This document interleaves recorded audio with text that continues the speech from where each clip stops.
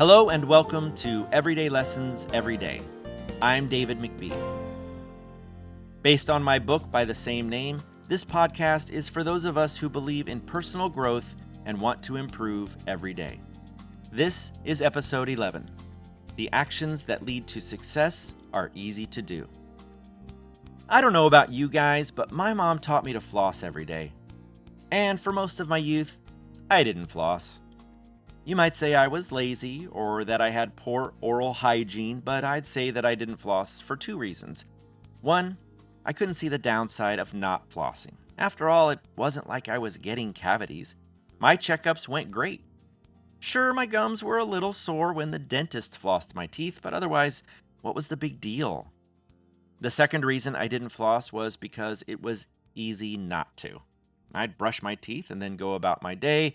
It was easy to ignore my mother's advice. Then, one day in my mid-20s, my dentist told me that I had a terrible cavity in my rear molar. It was so bad, in fact, that I needed a root canal. Well, I had just graduated college. I was in terrible debt, had a low-paying job, and no insurance. I couldn't afford a root canal, and I ended up actually losing that tooth. The cost of not flossing was suddenly glaring me in the face and had taught me a lesson in consequences. After that incident, I started flossing pretty much every day and have been for over 20 years. I haven't had a cavity since, and you know what? Flossing every day is easy to do. Do you know what else was easy to do? It was easy to drink a lot of Mountain Dews back in my 30s. Yep. It was easy to eat fast food and buy larger pants when the old ones got too tight. It was easy to sit on the couch instead of exercising. I didn't see the consequences of those actions for many years because they didn't have an immediate impact on my life when I was making those choices. Then, in my early 40s, I found myself overweight with high blood pressure and high cholesterol. I was the same age that my dad was when he had open heart surgery, and I was in bad shape. That's when I changed my eating habits and started exercising. I ended up losing almost 30 pounds. I got my lab numbers in check, got off of the cholesterol medicine, and even went back to my smaller pants. Was it easy? It might surprise you to hear that it kind of was. All I had to do was start making the right choices about diet and exercise, and I started to have positive results. Let's talk about money. It was easy to buy cool stuff with that student Discover card and then just pay the minimum amount due each month. Of course, that led to a massive amount of debt and bankruptcy on my credit that prevented me from being able to buy a house for the longest time. Do you know what's easy now? It's easy to put away 10% of every paycheck and save for retirement. It's easy to buy things with cash instead of credit, and it's easy to stay out of credit card debt. Now, before you think that I'm bragging or making light of weight loss or money management, I promise you I'm not. I know that people are struggling with these things and that self-improvement authors such as myself always make solutions to problems like these sound so easy. Well, obviously it's not easy because if it was, then everyone would be healthy and wealthy, right? Well, having been broke and out of shape, I know that change was hard. I'm not saying that changing isn't hard, but the truth is that what it takes to change, the actual steps one has to take, those are easy. This week's everyday lesson comes from Rohn, who said, "The actions that lead to success are easy to do. They're also easy not to do." I'm going to repeat that because it's so important that I don't want the simplicity of it to pass you by. The actions that lead to success are easy to do. They're also easy not to do. I 100% agree with this statement. And I'm going to put a slight twist on the idea based on my own experiences. So here's my take on it. The actions that lead to failure are easy to do. They're usually fun, and they often provide immediate gratification.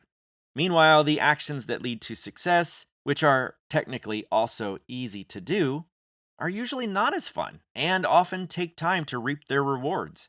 It's easy to sit on the couch and eat a whole bag of Doritos while watching the Guardians of the Galaxy. Doritos taste amazing and Chris Pratt is hilarious. Also, Those Doritos will not make your heart explode by the end of the movie, so what's the big deal? It's also easy to grab some carrots and read from a positive book. Anyone can do that, really. But come on, carrots are lame and reading isn't nearly as much fun as watching superhero movies. Also, the positive impact of the carrots and the book may not show themselves for some time. It's easy to buy new Jeep parts on credit. That way, you have the new lift kit now and you can go off roading this weekend. But it's also easy to save the money until you have enough to buy those Jeep parts with cash. Of course, that means postponing your off road trip until you've earned the money for the new lift kit. That's no fun, especially when your friends post their muddy Jeep pics on Instagram and you weren't there with them. It's easy to hit the snooze button and sleep for 20 more minutes. Seriously, guys, is there any better sleep than right after you hit that snooze button? And frankly, who is that hurting, right? Sleep's good for you. What's the big deal? It's also easy to get up and spend 20 minutes on the treadmill. It's definitely not as much fun as sleeping in, but it literally is easy. All you have to do is get out of bed, put on your sneakers, and go run or walk. Anyone can do that because it's easy to do. Really, it's easy, and you guys know it's easy. So why don't you do it? Why don't I do it? Well, I think it's a matter of perspective. When I was a teenager, flossing wasn't a big deal. I had to experience a terrible cavity and then the loss of my tooth to learn that lesson. Why? Because I couldn't see beyond the immediate impact of my decision to not floss. And even though flossing was easy, I just couldn't see a reason to do it. If you're struggling with your health or your financial situation like I was, it's probably because you made a lot of small decisions over a long period of time. Those tiny decisions took you down a path that led to a place you didn't see coming. And now that you're there, it feels really hard to turn around or change direction. Well, I want to tell you that it's easy. It's easy to eat healthier, to exercise, and to save money. It's not as fun as eating Five Guys or sitting on the couch or buying the newest iPhone on credit, but it is easy. There isn't a single person listening to this podcast that can't choose to do the small things that will lead to better health and wealth. I'm reading a book right now called The Slight Edge by Jeff Olson. Now, you'll probably hear me talk about this one in future episodes because this is a great book, and Jeff is preaching some of the same messages that I do, especially about the value of reading every day. There's a quote in chapter 4 I have to share with you. He says, "People who make lots of money read books. People who are broke read books too, they just choose different books." Now, I agree with the first part of that statement wholeheartedly. Meanwhile, I'd say that the people who are broke might be reading the wrong books, but I think it's more likely that they're watching a lot of Netflix or spending time surfing the web or on social media. To me, those are the opposite of reading a quality book. Those are the time sucks of our time. Don't get me wrong, I watch my share of TV, I really do. I surf the web and I have battled with a slight social media addiction on occasion. I definitely don't claim to be perfect by any stretch. In fact, I still eat more cheeseburgers than I should, and I sometimes use the credit card when I really shouldn't.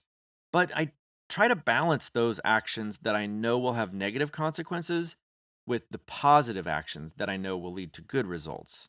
Like today, I rode my Peloton around Niagara Falls while listening to the book, The School of Greatness. Why did I do that? Well, number one, it was easy to do. And number two, I understand the long-term positive impact of both of those actions. Remember, the actions that lead to failure are easy to do. They're usually fun and they provide immediate gratification, while the actions that lead to success are also easy to do, but they're not as fun, especially in the short term, and it takes a while before you reap their rewards. That's the takeaway.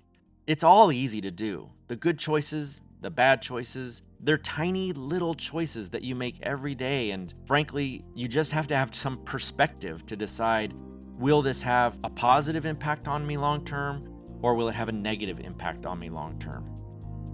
And so I challenge you. Write the words, "It's easy," on your wrist. Think about the small things that you do every day. Look to the future and see if those decisions are likely to take you to a good place or a not so good place.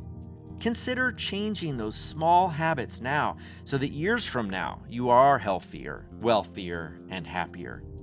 Don't wait until the dentist is pulling your tooth, with not enough anesthesia, by the way. That was a painful one. Instead, try to see beyond the immediate consequences of your actions and do the easy things that will have a positive impact long term. Let me know what happens when you implement this lesson. I'll see you next time. Now go out there and do something awesome.